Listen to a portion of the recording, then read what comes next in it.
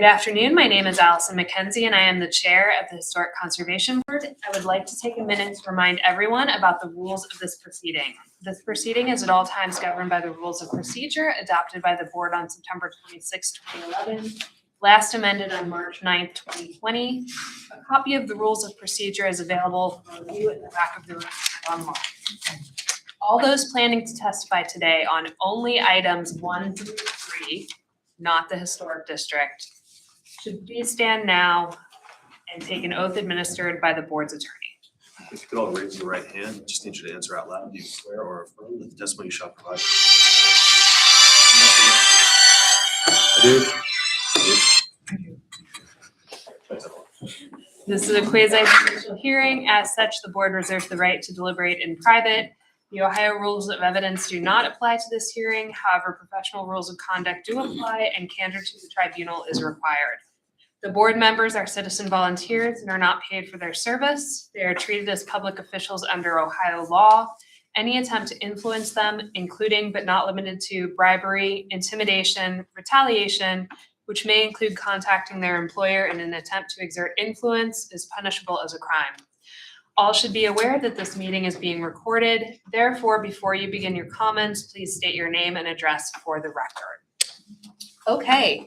The first 3 items on the agenda are on a consent docket. Do any of the board members wish to remove any of these items from the consent agenda? Not hearing any desire to do so, we will vote on the items individually. So I will entertain a motion regarding item number 1. Madam Chair, I'd like to make a motion to approve the certificate of appropriateness for 629 Main Street, positions laid out by staff. Second. I'll call the roll. Mr. Wilson? Aye. Ms. Garrett? Aye. Mr. Tate? Aye. Ms. Smith? Aye. Mr. Young? Aye. The chair votes aye. Very good. That one passes. Item number 2, is there a motion? Madam Chair, I'd like to make a motion that we approve the certificate of appropriateness and zoning relief for 210 West 14th Street as laid out by staff. Second. Call the roll. Mr. Wilson? Aye. Ms. Garrett? Aye. Mr. Tate? Aye. Ms. Smith? Aye. Mr. Young? Aye. The chair votes aye. That item passes as well. Item number 3, I will entertain a motion. Madam Chair, I'd like to approve the certificate of appropriateness for 118 East 12th Street as laid out by staff. Second. Call the roll. Mr. Wilson? Aye. Ms. Garrett? Aye. Mr. Tate? Aye. Ms. Smith? Aye. Mr. Young? Aye. The chair votes aye. That item passes as well. On to the first discussion item, item number 4, Mr. Owen. Thank you, Madam Chair. Item number 4 is an application for the local designation of the North Avondale Historic District. This is a proposed local historic district located in the North Avondale neighborhood. This application was initiated by the North Avondale Neighborhood Association for the purpose of preserving the neighborhood's existing historic resources and ensuring that new construction is compatible with the existing character of the neighborhood. So just as a reminder to the board in the way of process, this is the first stop for this proposed district. It's a 3-part approval process. First, it will be considered by the Historic Conservation Board, who will make a recommendation to the City Planning Commission. And then from the City Planning Commission, it goes on to City Council. So the Historic Conservation Board's primary role in the process is to verify that the proposed district does meet one of the 4 criteria that are outlined in the zoning code to be considered a local historic district. So this particular historic district is nominated under criteria 1 and 3 and includes 342 contributing buildings and 29 non-contributing buildings within the proposed boundary.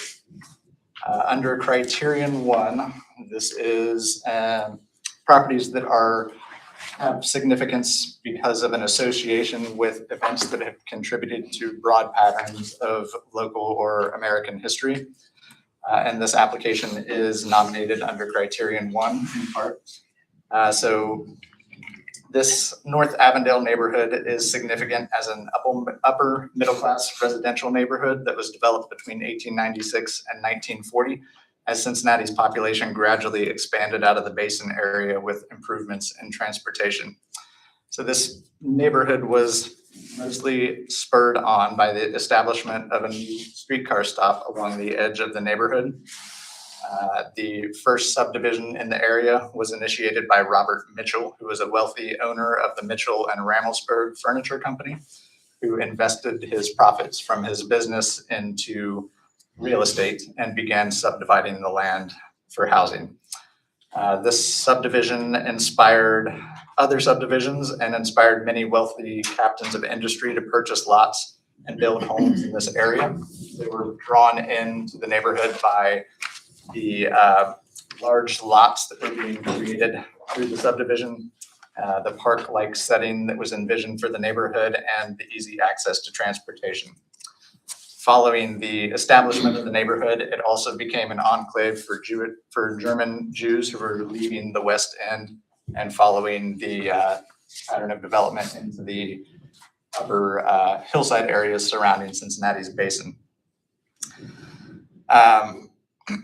The district is also nominated under Criterion 3 for its significant architecture. So as I mentioned before, the neighborhood had a park-like setting, and that was intentionally designed through the landscape lawn approach to suburban subdivision. So landscape lawn is essentially a subdivision plan that inspires that park-like atmosphere by having continuous lawns, especially in the front yard, curving streets, and this particular neighborhood has the gaslit street lamps. It is significant under architecture for the quality and the number of the high-style homes that are found in the district on large lots. There is a very wide variety of architectural styles in this area, and they are very well represented by many high-style examples. The applicant in the designation report included a variety of examples of some of the high-style buildings that are found in the neighborhood. They also include photos of every building in the neighborhood that are available on the city's share site. There was a link to that included in the packet. So there are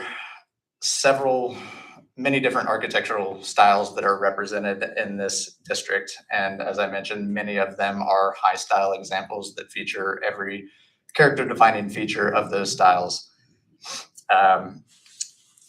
In staff's opinion, this is likely one of the most eligible pockets of residential areas in the city that are not currently designated as a local district.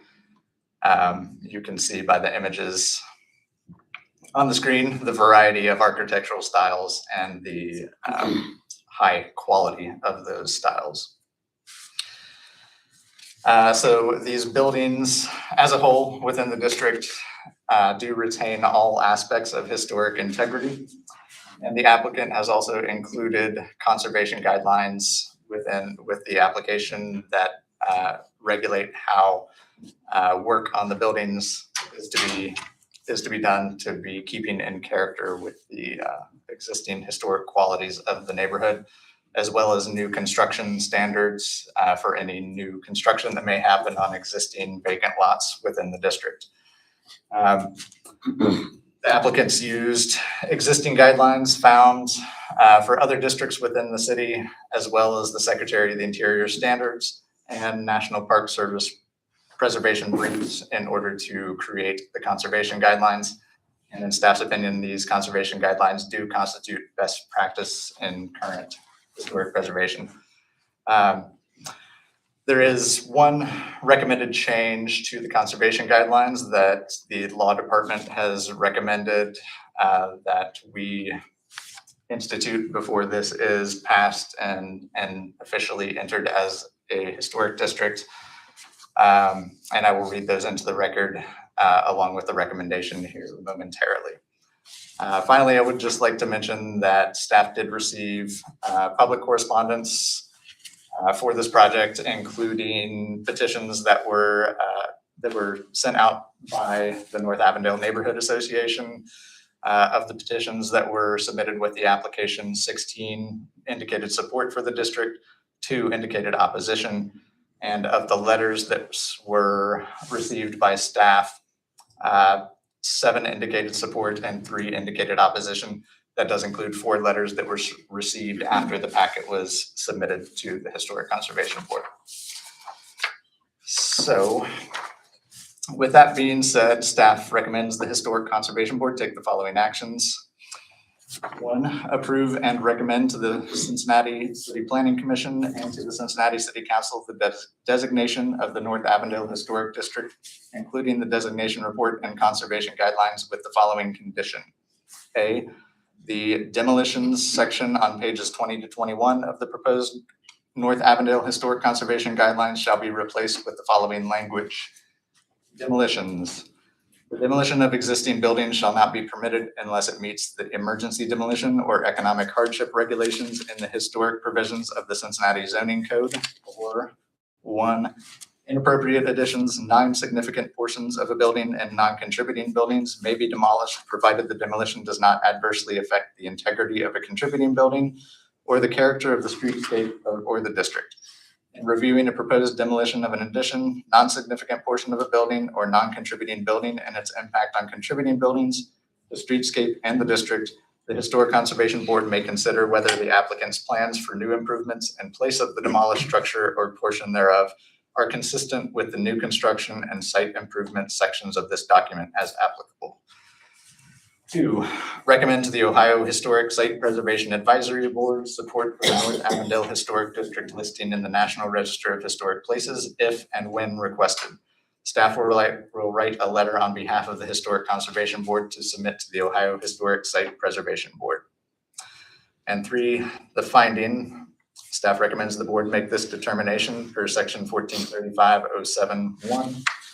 A, that it has been demonstrated that the North Avondale Historic District meets the conditions of 1435-07-1A1 and 1435-07-1A3 as it embodies the distinctive characteristics of a type period method of construction, and it has association with events that have made a significant contribution to the broad patterns of our history. B, that the board recommends the proposed historic conservation guidelines included in the submission as required by section 1435-07-2-C. And C, that the proposed historic conservation guidelines are compatible with the Secretary of the Interior's guidelines for historic preservation. Thank you, Mr. Owen. I'm going to ask that if you are a representative of the applicant to please come forward at this moment.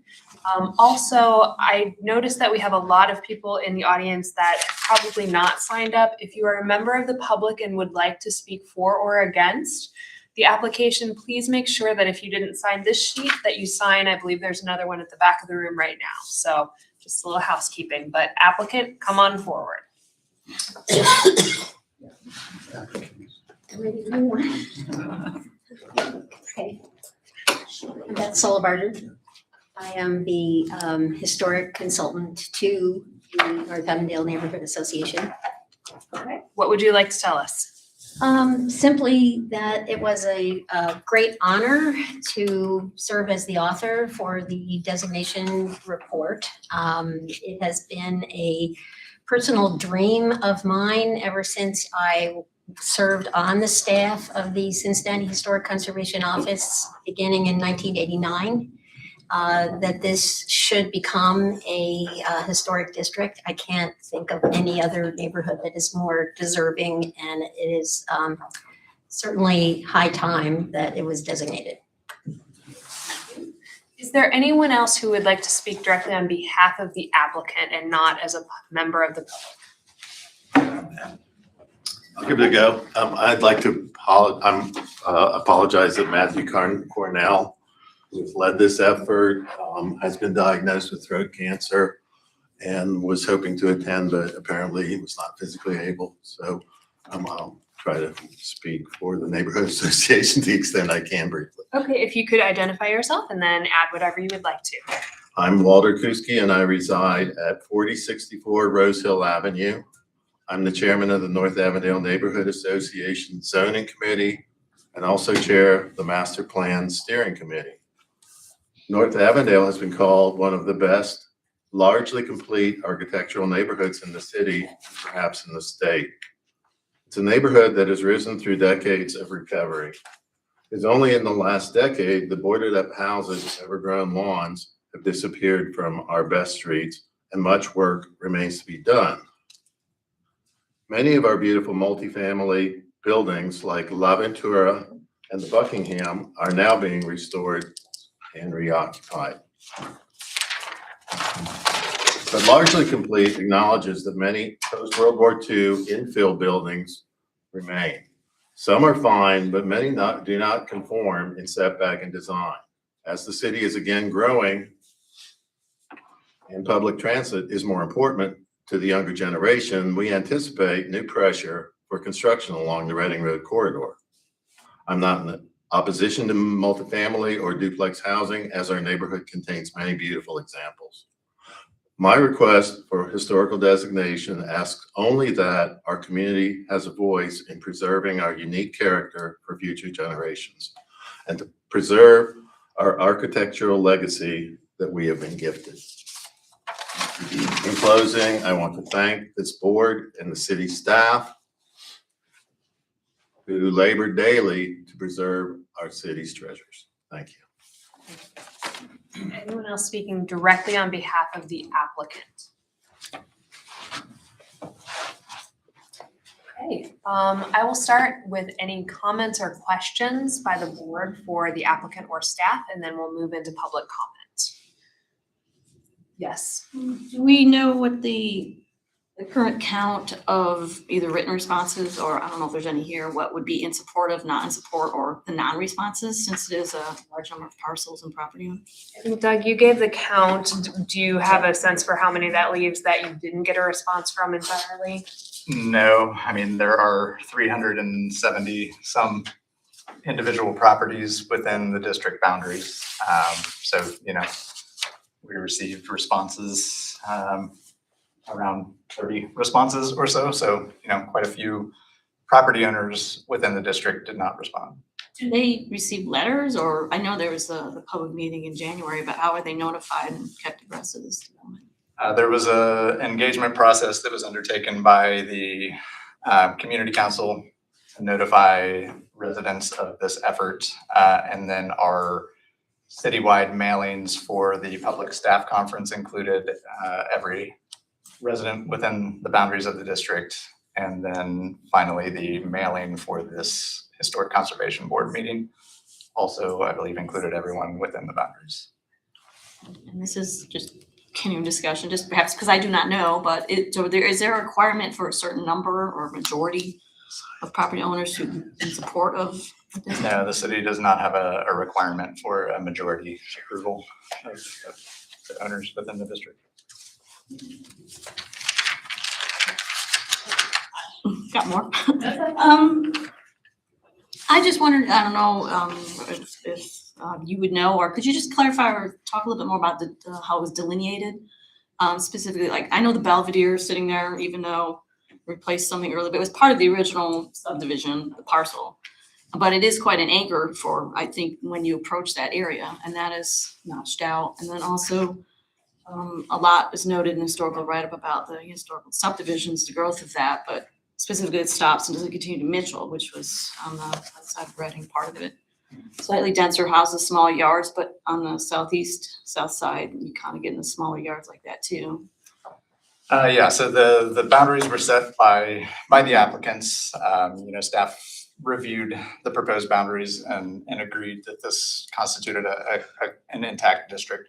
But I believe there were considerations based on ownership support, as well as, the individual styles of and the lots. So the Belvedere, I believe, was something that the applicants went back and forth on just because of certain alterations that have already happened to that building and trying to keep a consistent look going forward, as well as the fact that that is a condo building. So it has a lot of different owners that had varied views on support of the district. So ultimately, the decision was made to leave that particular building out of the boundaries. So I'm sure the applicants could add more if you would like more information on that.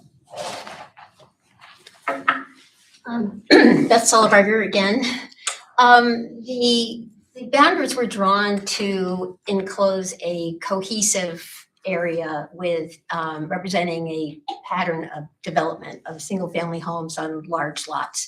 And in addition to what Mr. Owen said, the Belvedere represents a very different building type than what you see throughout the district, and so does Mitchell Avenue.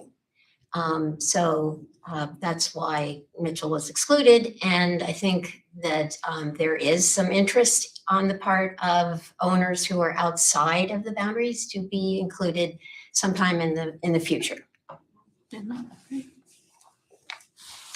One more, or That's fine. You can ask as many questions as you want. also because I do not know the other historic districts in the city, is the part about archaeological potential, is that in all the districts or is this one called out specifically? I don't believe that is in all the districts. It is in some of the newer districts, I believe.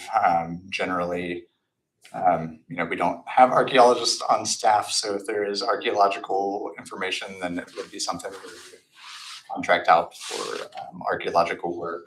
But most of the archaeological requirements are related to the Section 106 review. So in this case, if there were to be private money related to excavation where something was found, then they could contact the Historic Conservation Office and we would work with consultants to review the finds. Is that, I did notice, section 106 was in there, yes, but then part about non-section 106, the word should be considered was explicit, and that was intentional. Right. Yes.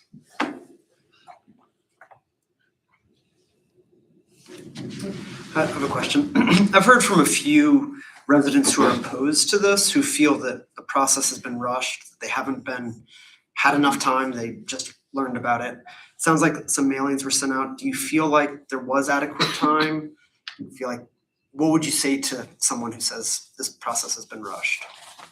I'll take a crack at that. We have a website, and we have a 1,400 person newsletter. We also have, so that's been in there extensively. It's been presented for well over a year at the Neighborhood Association.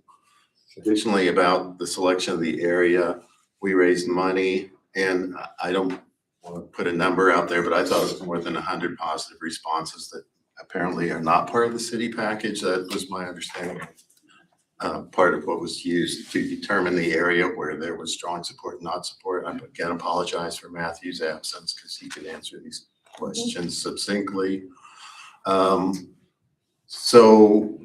Also our neighborhood block parties for 2 years, Neighborhood Association set up a table and gave out information on this. Anyone who wants to participate in our neighborhood news gets this email newsletter. We write about these things. I write about these things practically monthly about the master plan, about the zoning issues. I think our information network is extensive for our neighborhood, and we have tables at these neighborhood block parties that are extremely well attended. I think we have a tight community that talks a lot. So I don't want to say anything about the people who don't feel that they didn't get an opportunity to participate. But I think our community offers extensive opportunity to participate at all levels. And if you don't participate in the newsletter, don't participate in the neighborhood organization, don't participate in our neighborhood cleanups, trash pickups, all the things we do. Well, if you do participate in them, I'll say it as a positive. If you do participate in these, you could not have missed this. And we did go door to door, many of us did, to get our neighbors' input. So I feel like our outreach was extensive and largely supported, and we raised a large part of the funding for this project. by going door to door. So this is a history of all Wait, comments. All right. Got some rules of order here. We'll get to you, I promise. Yes. The process took at least 18 months. And I believe there were at least 5 public meetings. 3 of them were to discuss the guidelines. And the committee of people working with NANA took, they put door hangers on every door. So it's hard to believe there would be anybody who wouldn't be aware of it and have the opportunity to participate in the discussion. From my background, having worked in the Historic Conservation Office and having served on the Historic Conservation Board for 11 years, I think that what is really at stake here is whether the question is, does the application meet the criteria for designation? And the political aspects of it will be addressed at City Council. Additional questions from the board for staff or the applicant? Another opportunity a little later. Are we ready to move into public comment? Okay, I am gonna go in the order by which people signed up. And that puts Ian Rexroad first, if you'd like to come forward. If you would identify yourself, please, and then we do have a time limit for public comment. 2 minutes for this one, or 2 minutes? 2 minutes, I'll give people a tiny bit of leeway, but please try to be concise. All right, I appreciate that. Ian Rexroad, I'm at 1041 Redway Avenue. If you put the map back up, I'm on the east side within the district that's proposed. And I'm here against the district. I spoke against it at the Zoom meeting. I don't know if those comments were captured in the city report. I don't think that they were, but there was a wide variety of opinion expressed there. It's deceptive on the map, but this would be a district of 200 acres. That would make it the second largest historic district within the city after OTR and ahead of East Walnut Hills and Mount Storm, all of which are wildly different from who we are. They all have major park areas. They all contain schools, businesses. North Avondale has none of those. In fact, aside from the sidewalks and streets, there's no public gathering area within this district. There's a handful of businesses, but none are like coffee shops or third spaces where the community gets together. So to the extent we're talking about a historic district for the community's benefit, for the city's benefit, these lines don't capture that. I think it's great to celebrate our neighborhood. I love our neighborhood. It is beautiful. It has grown organically over 120 years without specific limitations. The people who are speaking here against, I believe, are against it mostly because of the costs it would impose upon homeowners, upon developers, excluding people from our great community and making it more difficult to be a resident here. I'm all for celebrating it, but it's those things that were mentioned at the very, very end, the limitations on homeowners, the construction guidelines and the modification guidelines, having to pay a fee just to find out whether you need to pay a fee in order to be able to paint your house and come down to the city hall or to do a staff report on whether you can make a minor modification to your house. All of those things are extra burdens that I don't think we need. Our neighborhood has grown without them. It has grown in a distinctive character that is a lack of distinctiveness. 13 different housing styles were mentioned in the report. If you make the district large enough, you can make a complete architectural history of anywhere, and I think that's what happened here. I think the district is far too large. It would be something new for the city to create a district this way, and it's not how the historic designation has been used so far. I'm against. Next on our list, Beth Johnson.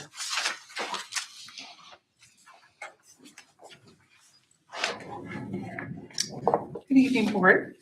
My name is Beth Johnson. I serve as the Executive Director for Cincinnati Preservation. Thank you for the opportunity to speak today in support of the proposed North Avondale Local Historic District. Before speaking about the significance of the neighborhood itself, I want to begin by addressing the process that brought the nomination forward. This was not a quick decision and is not something that was developed in a silo. The proposal for a historic district has been part of an open and community-driven planning process that has unfolded over several years.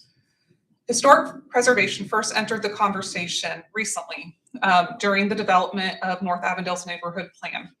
In the spring of 2024, I was invited to present to the Neighborhoods Master Plan Committee about what preservation tools could look like for North Avondale and how a local historic district might function as a planning tool to help manage change while protecting the neighborhood's architectural character. That conversation continued when I presented to the full Neighborhood Council on June 11th, 2024. Residents had the opportunity to learn more about what designation meant and ask questions about how the process worked. As the neighborhood planning effort moved forward and a consultant was engaged, there were additional opportunities for residents to participate. Throughout 2025, the neighborhood hosted multiple meetings where residents reviewed potential district boundaries and proposed designation guidelines. These meetings allowed neighbors to provide feedback, discuss concerns, and help shape what the district could ultimately look like. The neighborhood also made a concerted effort to ensure broad outreach. Surveys were distributed to residents and door hangers were delivered throughout the neighborhood so that property owners had ample opportunity to learn about the proposal and share their perspectives. This level of engagement reflects a thoughtful and transparent process led by the North Avondale Neighborhood Association. Cincinnati Preservation supports this nomination because North Avondale is one of Cincinnati's most architecturally and historically diverse and significant neighborhoods. Its diversity is specifically why it is significant. Developed primarily between the late 19th century and early decades of the 20th century, the neighborhood reflects Cincinnati's transformation from a streetcar suburb into an established residential community for many of the city's civic and cultural leaders. The district includes an extraordinary collection of homes representing architectural styles such as Queen Anne Colonial Revival, Tudor Revival, Prairie, and Italian Renaissance. Many of these homes were also designed by Cincinnati's most prominent architects. Ultimately, the question before the board today is whether the neighborhood that clearly possesses historic significance, remarkable architectural integrity, and a demonstrated community commitment to preservation should have the tools to help steward that legacy into the future. North Avondale meets that test. Thank you for this time and your consideration of the North Avondale Local Historic District. Next up, we have Tom Vinegar.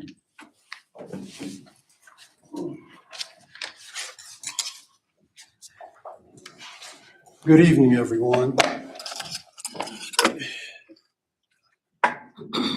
My family and I have been on Berry Lane since 1962. And so we have proud to share with others about being a resident, having a home in North Avondale.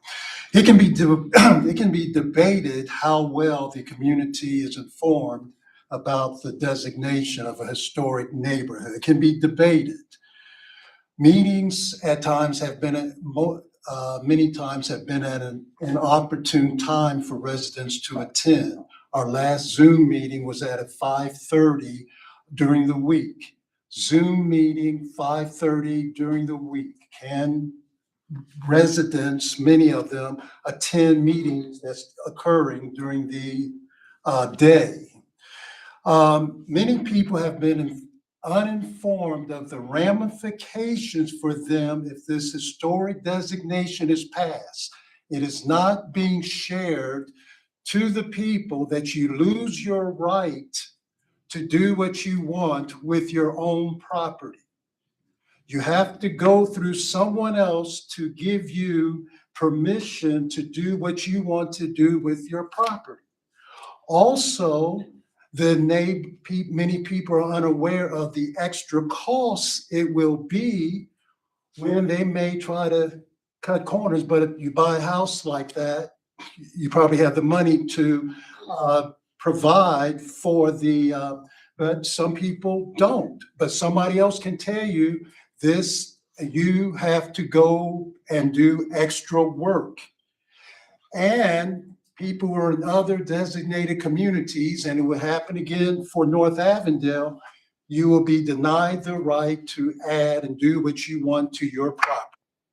It's about losing rights to your property. And if people were told specifically, you will not have the right, you have to go through another board, and they may or may not approve it. And if they don't, it's going to cost you more money And the people in the community will not, some of them will not be able to access to do the work that the board requires. All right, 2 minutes, so if you have any final comments. That's it. Okay, thank you very much. Okay, Don Dudrow?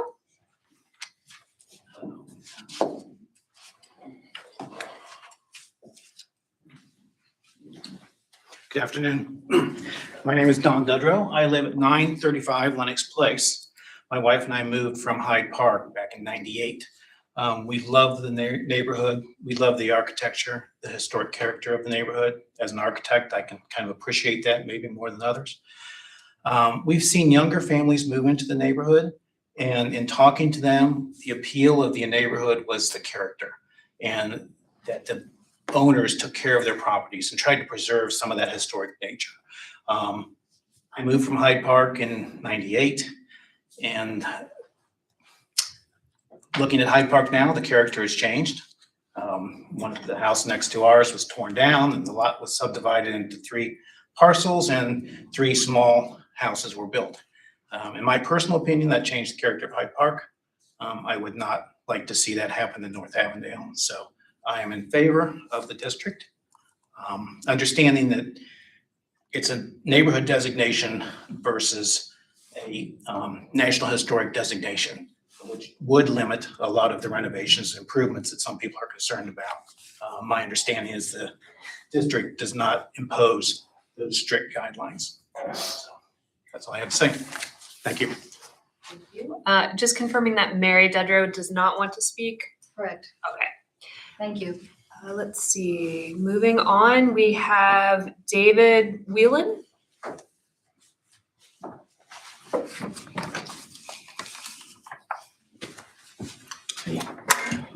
David Whalen. I live at 9 Avon Fields Place in North Avondale. We're one of the newer families that live there. We're up kind of in the top left corner where the smaller lots are. You know, the bigger lots, those people that move there, they're expensive houses, right? You know, they may have the money, like some people said, to do that, to do renovations and things and adhere to all those rules and everything. That's going to be quite a burden for some of us down, you know, with the smaller properties. Additionally, I know everybody said that there's been some letting people know about this and people not knowing and moving fast. There's new groups of families that have moved in probably within the last 6 months.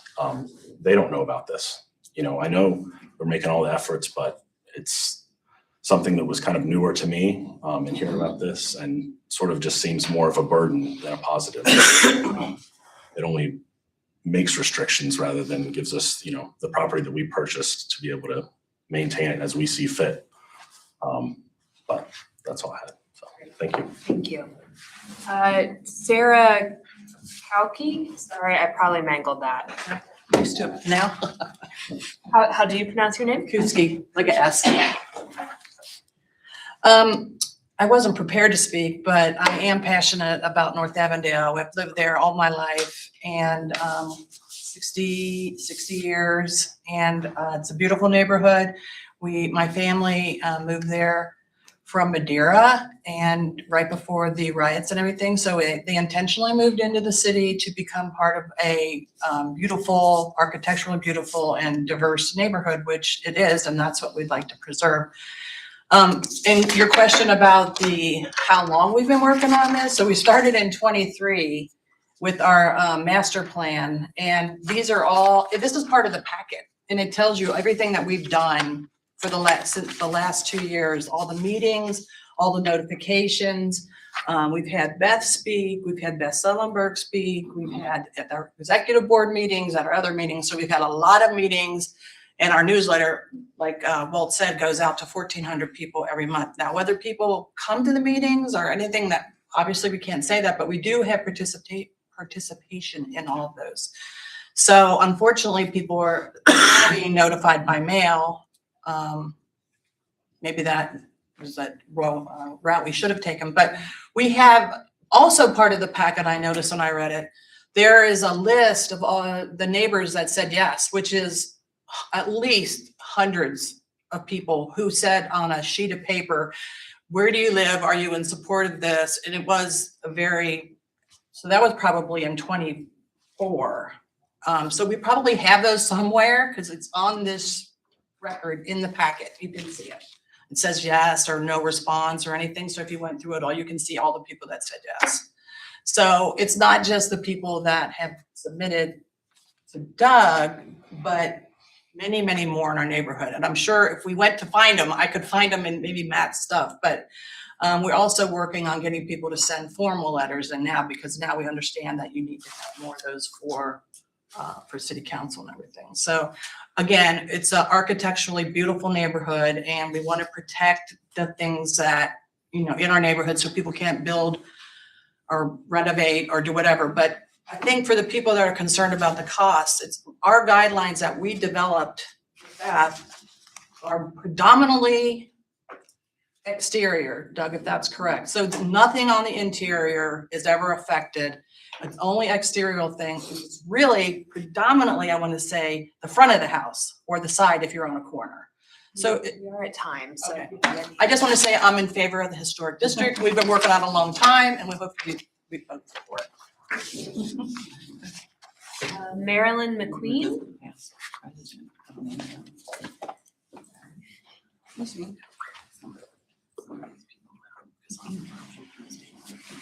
Thank you so much. Really appreciate it. I have been at my home since 1964, and I am opposed to this because as a gentleman prior to me spoke regarding the cost, it's okay if I'm pulling down $200,000 a year and it doesn't make a difference. But I'm a widow as of 2020. I'm on a fixed income. I have lived in my house from 1964. We keep it up. It's always, we decorate it, we do the things we need to do. But I cannot have someone else telling me that I need to go to this expensive repair person that I can't afford. I mean, and no one has ever explained to me, I only heard about this 2 months ago. No one has ever explained to me the benefits. What's the benefit? Outside of saying that, what is really the benefit? I don't see any benefits. If you're keeping your home up, if you're doing the things you need to do, it shouldn't be an issue. And I don't understand how you look and say, well, everybody's on the same income level. That's not true. So if you want to someone that's fixing your house and it's costing you $100,000, that's fine. But I can't afford that. So as a widow and a person who's lived there, that's where I raised my children. That's where my husband passed out in 2020. And I don't see why I should have to try to figure out, go get a job and figure out how I can keep up with the Joneses, because that's never been my lifestyle. I love my home that I live in. I have nowhere else to go. So if you're putting things on me that I cannot afford, I mean, I've got to get people coming in, and someone said something about, I think on the Zoom call that I heard, well, you can only get like some special kind of windows and all of that. I mean, we're talking what, $10,000, $20,000?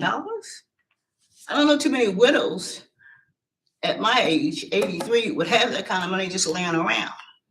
So all I'm saying is that look at the big picture. I was never asked.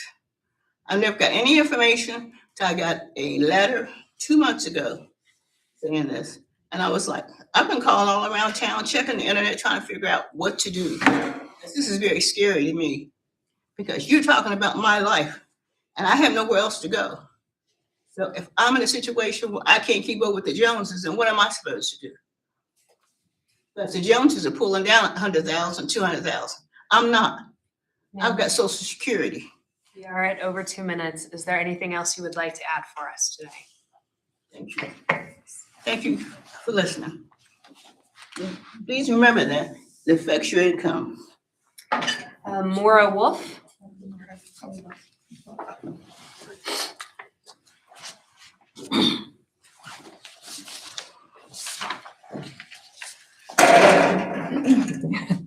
Good afternoon, everyone. Thank you for this opportunity to speak here today.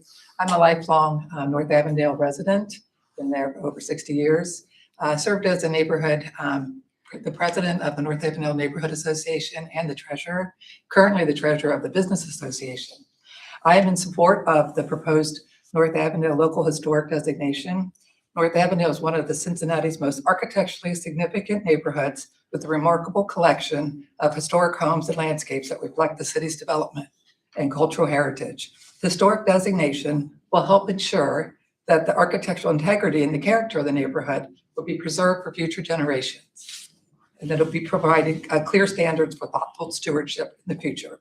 As someone who has worked closely with residents and businesses in the community, I believe this designation will strengthen the neighborhood stability and support for responsible reinvestment. Thank you again for your consideration. I hope you support this designation. Thank you. That is everyone I have signed up. Are there others who wish to speak that did not sign up? Do you want them to officially sign up before I call them forward? Okay, if you come forward, yeah, since there are 4 of you, let's get this back there and I can actually have them. Ma'am in the green sweater or jacket, if you'd like to come forward, identify yourself and then add whatever you would like. Okay, thank you. My name is Teresa Harton. I've been in North Avondale since 1965 with just a few years outside of the neighborhood in Corryville. I just wanted to, I didn't plan to speak obviously, but I did want to mention that the neighborhood is as it is, not because of no control over zoning. There was a big effort in the 60s to make North Avondale, like Avondale, multiple family zoning across the whole neighborhood. So it's inaccurate to say that, you know, it's been going along just fine as it is. And now we have connected communities that's gonna further downzone, or I think that's the right term, downzone the neighborhood. And the historic district designation is gonna help us keep the neighborhood as it is, given that we are now facing a lapse in zoning or whatever, the downzoning. And that's one of the major reasons I think that we went through this process, is to help preserve the neighborhood, given what connected communities might do to us. And we love the neighborhood. We moved here to live in a diverse neighborhood. We're not snotty people, and we're not trying to make it difficult for people of lower incomes to live there. We came as lower income people and are on fixed incomes, many of us now. And I don't think that the requirements are onerous. I've been to some of the meetings. I don't think it's gonna cost a lot of money to get the required permits. And we've sort of been assured that if something's really expensive to upgrade or to repair, that we can get a variance or something, that we're not gonna be made to replace a slate roof with a slate roof by this process. So, and that people's incomes will be taken into consideration. So, thank you. So I'm for it. Yes, sir, you're next. And when she's done signing in, you can sign in, you can testify first, it's fine. I appreciate you guys having this forum, having this opportunity for residents to speak. I was raised in North Avondale. I'm a lifelong resident. I have a home and business in North Avondale, and I love the neighborhood. It's a beautiful neighborhood. It's always been a very attractive place to say I'm a resident of. There are pros and cons on both sides.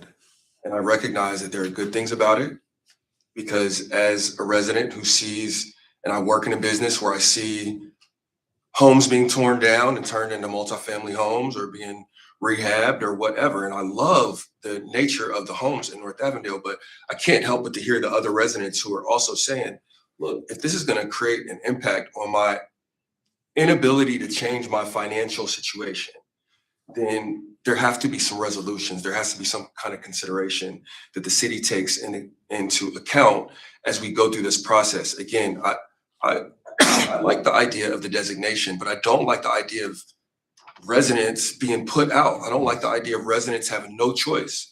So I know that within the city, there are grants, there are variances, as was spoken about, there are opportunities for residents who qualify to get certain allowances. And I think it would be very nice if the residents of this community were given a forum or a website or somewhere where they can access those funds that could be available to us who are in a situation where it would be very meaningful to have those funds available. So if something like that could be made available while this process is going on, I think it would help everybody get on board. If you could just identify yourself verbally as well. I'm sorry. for the record. Yes, my name is Greg Pipkins and I live at 994 Dana Avenue. Thank you. Absolutely. Yes. Deadly, isn't it? Yeah. It's ravenous, Trouble with that. ravenous. About everyone. I also resigned later. I did not plan to talk because my name is Margherita Melegari. I live at 3975 Beechwood Avenue.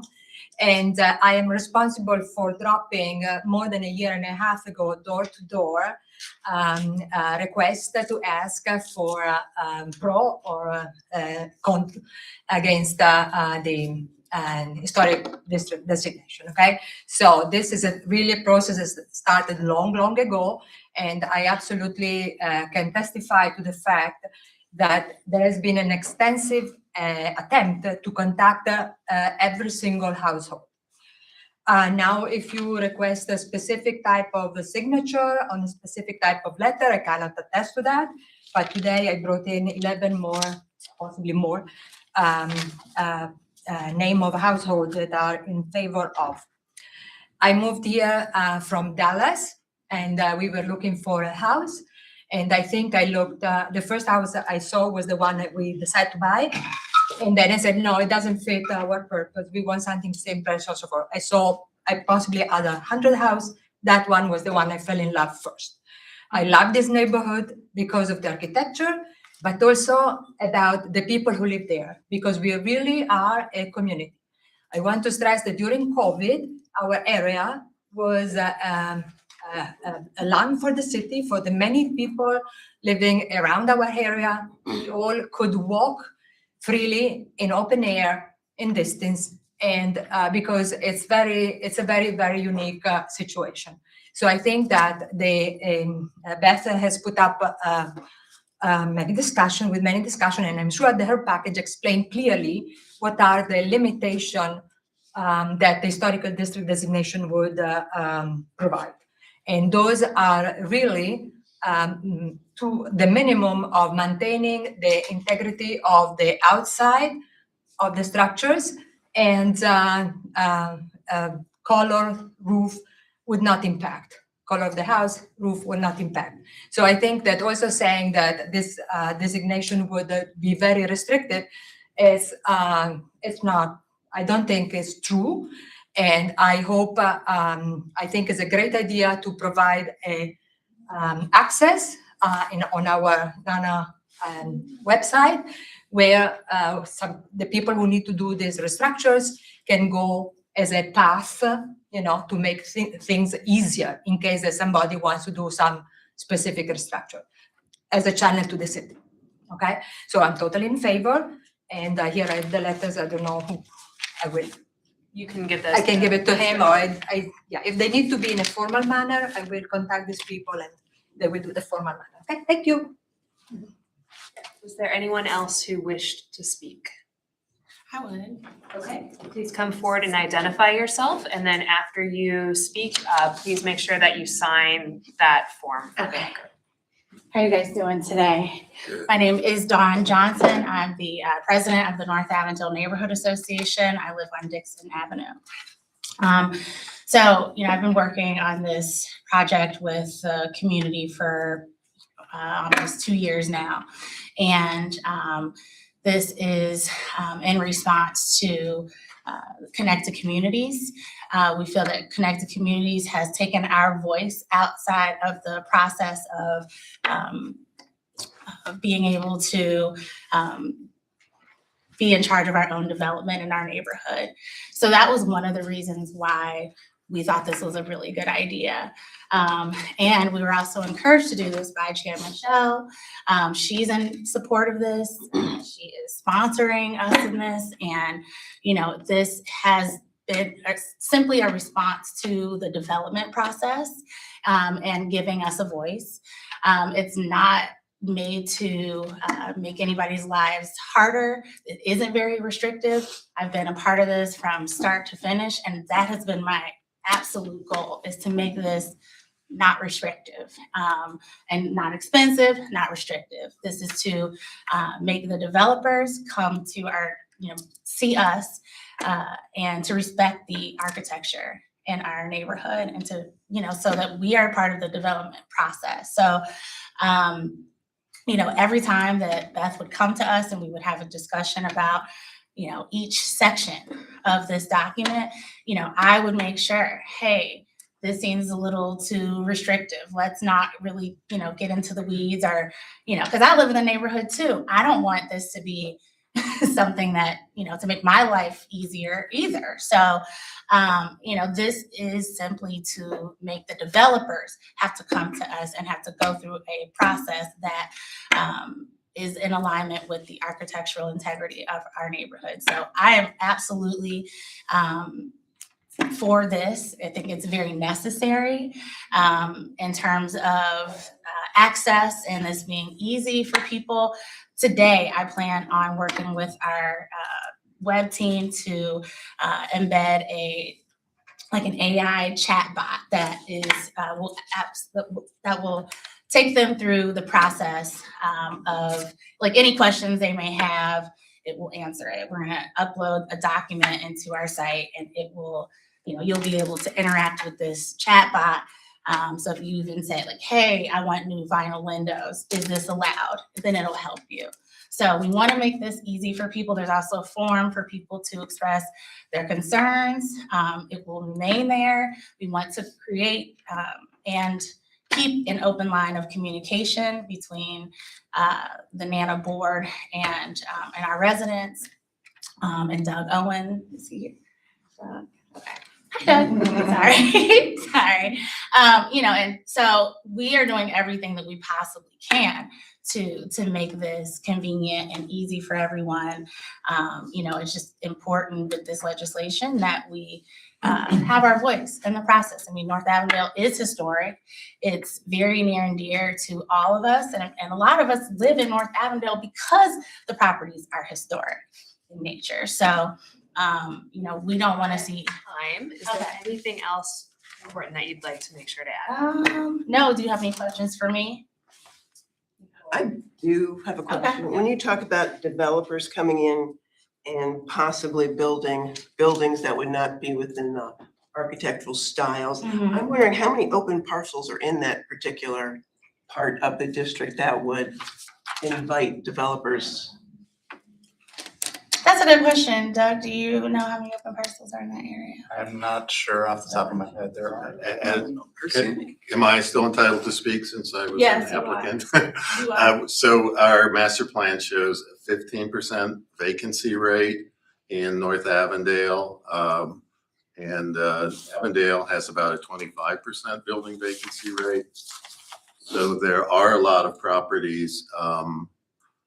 They're not as many, obviously, in the historic district, but this is something that we're very concerned with, trying to lift the entire neighborhood through preservation. I don't want to get off on a sidetrack here, but that is an essential element of our master plan, is how to lift the neighborhood without displacement or loss of historic character. And nor do we want developers to come in and tear any of these beautiful homes down. So that was also a concern.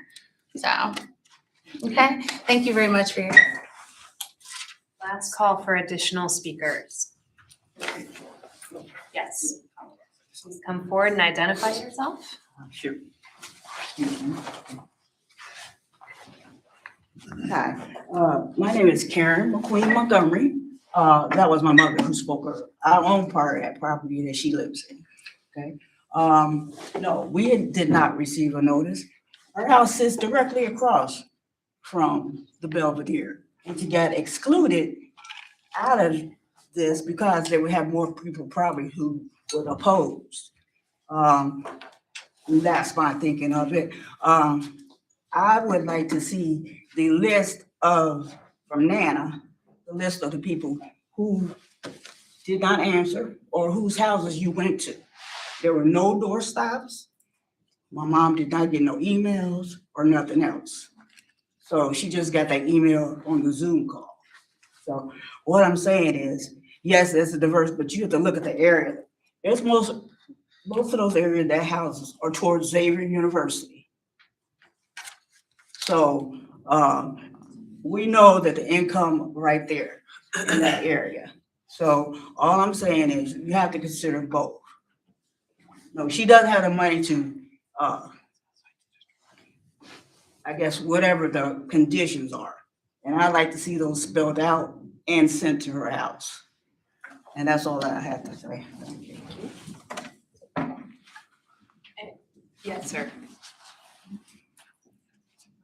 Quick resolution. Have you already spoken or? Yes. Okay, as a member of the public, sorry.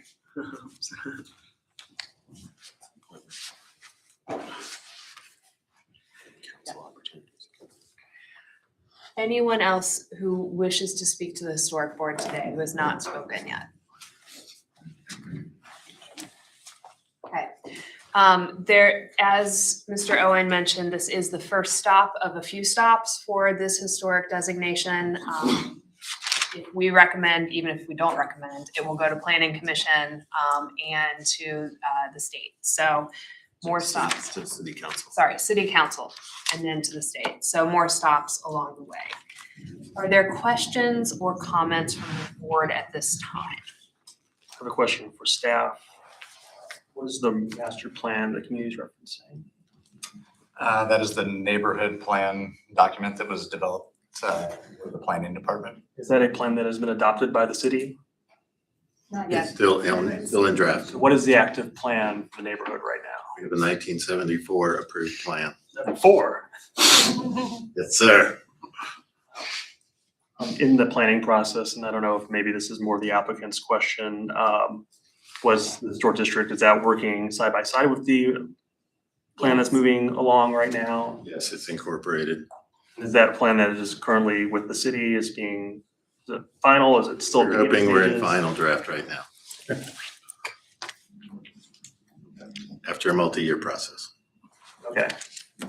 But that, this historic district came out of that planning process, or what was the genesis of the historic district?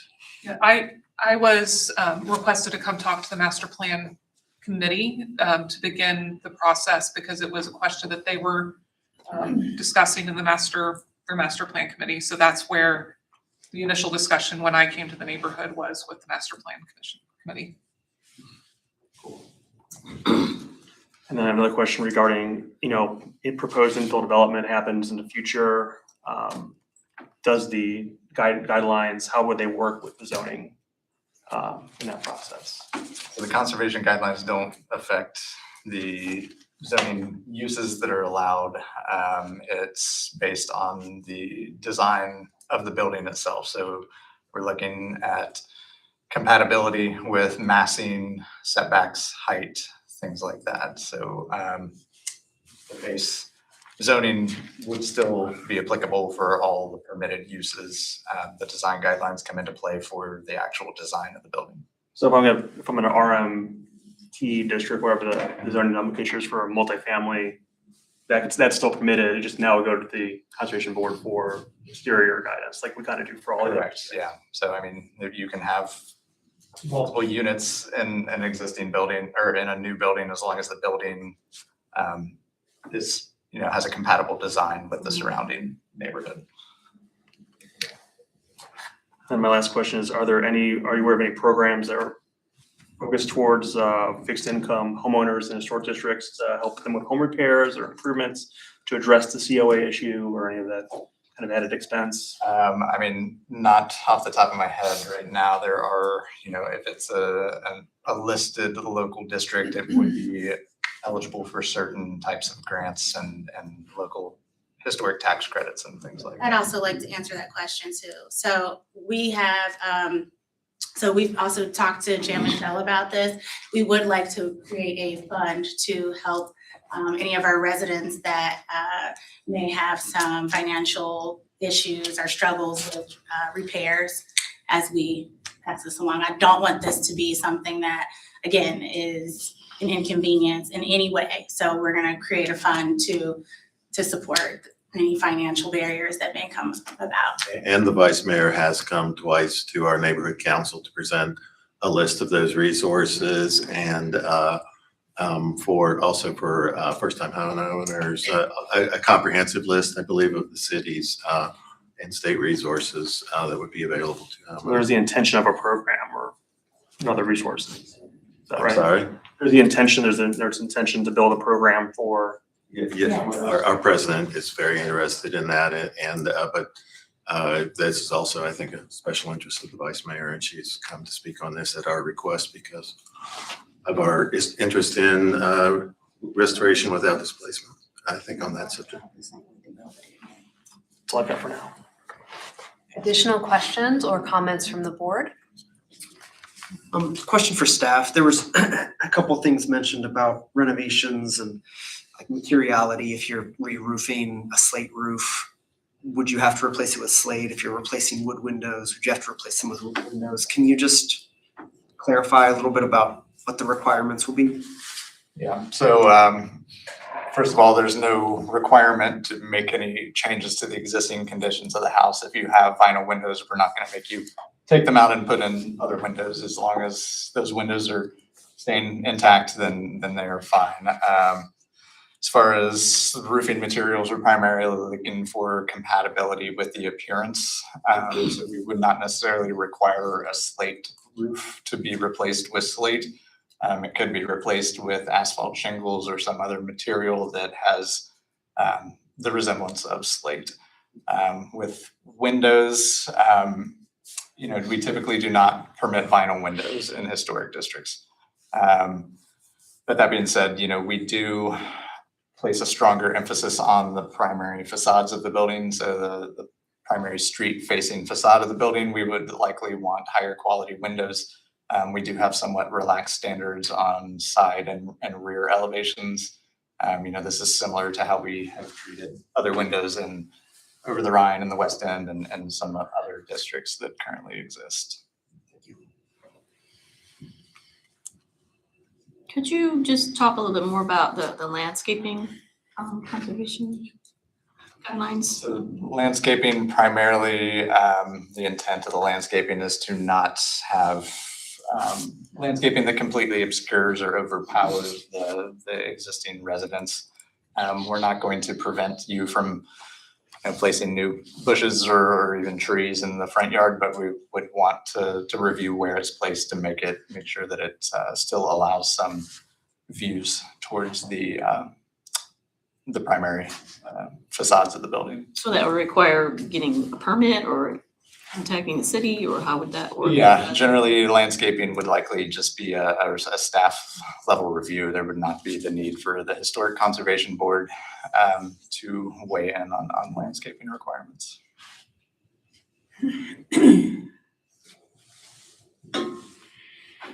Additional questions from the board? I don't have a question. I do have a comment based on my now fairly extensive time on this board. I do find that the application shows that the district meets the requirements for being a designated historic district. I do find the guidelines to be consistent with other guidelines I've seen in the area. I do have concerns about the number of homeowners that may not have a full understanding of what this means. I believe that there has been a very intentional communication plan and that there has been a very extensive timeline. I do, just from community engagement that I've done on other things, know that it's sometimes very difficult to reach people and get them to, you know, pay attention until something seems urgent. I do plan to vote in favor of this based on it meeting the criteria and the requirements being consistent with what I would expect to see. I do know that there are processes after today that may dig a little bit further into those other aspects of this. But as a member of the Historic Conservation Board, I see things pretty narrowly as far as criteria and requirements, though I want to be clear that it's not lost that there's some hesitation in this community. If this does get recommended by our board, I do encourage you to, you know, go forward with this process and express any concerns that you have. It does sound like the community is listening for additional ways to maybe communicate with you, which I think is good and helpful. I think this is very important for your community, and thank you for coming and voicing your opinion today. Thank you. Thank you. Thank you. Are there other comments or questions? I tend to agree with Madam Chair and almost all the points. But it's concerning to me the number of people that weren't contacted for whatever reason. And also just the idea of, I don't know if we can make assumptions that people will be able to afford to make the changes that they want to make to their house within guidelines, because if nothing else, coming before us, there's a cost to that. So I'm probably going to be a no vote.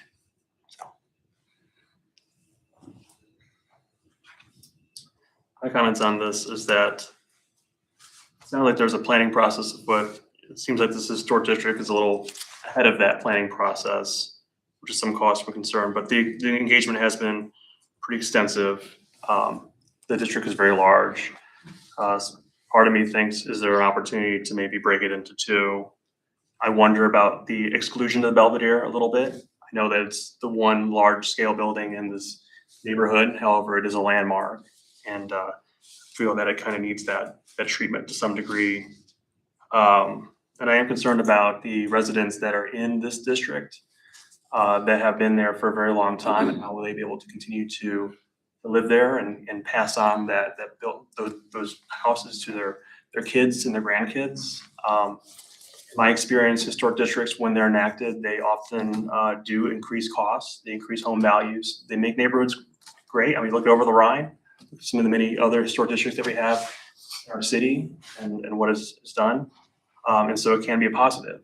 I do believe some of the concerns about the zoning underlying it and the outcome from that will not be addressed by a historic district. And so those hoping that this will be some sort of check against that, I think that might be a disappointment in the long term. However, I do believe, and I do agree with the chair's comments, that staff has done a really great job at looking at all the angles of this, looking at how it complies with regulations, building a strong guideline with the help of the neighborhood. And I see very little reason to hold it up at this level and continue the process. I would be in favor of continuing the process to the next stage, which is planning commission, correct? So I would also be in favor of it as well. Any additional board comments or questions? I don't really have anything to add, but I'll agree that I have hesitations just because architecturally it is a very special place, and I also recognize that this is adding burden and it's adding a process that will force homeowners and property owners to go through, and I don't take that lightly. So I would encourage those of you who don't support this to continue to talk to the folks at the city, at the planning commission, city council, to make sure your voice is heard, because it's important. I love the passion that people in North Avondale have for their neighborhood, and this is ultimately how you make it a great place, is people showing up and speaking up what they love about it and what they want to see preserved and what their concerns are. If they're a homeowner who's on a fixed income, I'm sympathetic to that. And I think it's something that we, on the Historic Conservation Board, have to think about, and at all levels, the Planning Commission and City Council, they need to hear that as well. So thank you for coming out and sharing your perspective. I will also comment, I agree wholeheartedly with what you just said. It is it's a large historic district, and it is, even though a lot of different styles, but one of the member of the public said, there's no large parks, there's one commercial building, it's not contributing. But that's, I think, sets it a little bit apart differently, and within that large amount of single family homes, I mean, there's a lot of differences between each one and each family or individual living there. And I also have hesitation, but I do recognize the historical integrity of the entire area, very much so. Mr. Tate, do you have anything you'd like to add? I do. I have a question for staff regarding the second item in the recommendations.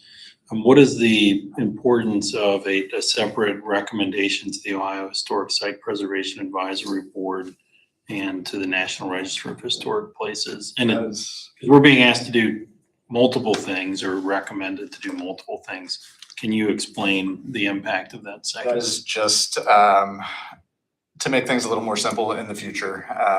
There's no plan that I've heard of at this point to have this nominated for the National Register of Historic Places, but anytime there is a National Register nomination within the city of Cincinnati, we are notified by the State Historic Preservation Office and have the Historic Conservation Board weigh in on that nomination.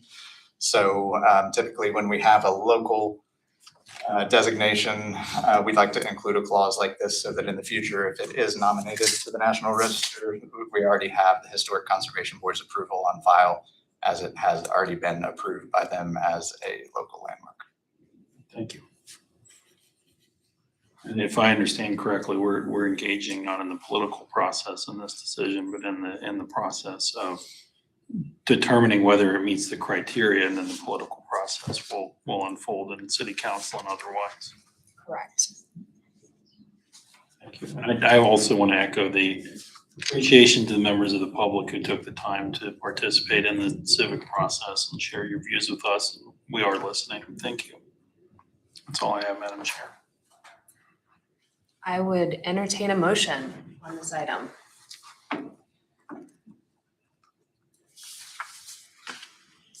Looking at you, Mr. Young. Anyway, Madam Chair, I'd like to make a motion to approve and recommend to the Cincinnati City Planning Commission and to the Cincinnati City Council designation of the North Avondale Historic District, including the designation report and conservation guidelines following with the following conditions as followed as laid by the staff. And to also recommend to the Ohio Historic Site Preservation Advisory Board support for the North Avondale Historic District listing in the National Register of Historic Places as laid out by staff as well, with the findings also laid out by staff. Second the motion. Call the roll, Mr. Wilson. Aye. Ms. Garrett. Aye. Mr. Tate. Aye. Ms. Smith. Mr. Young. Aye. Chair votes aye. One step in the process, more to come. Again, thank you for your time today. Thank you. I do not have any other business on the agenda unless anyone else does. That being said, I would entertain a motion on adjournment. Yeah. Second. I will ask for In the- favor? Aye. Thank you, everyone. Thank you.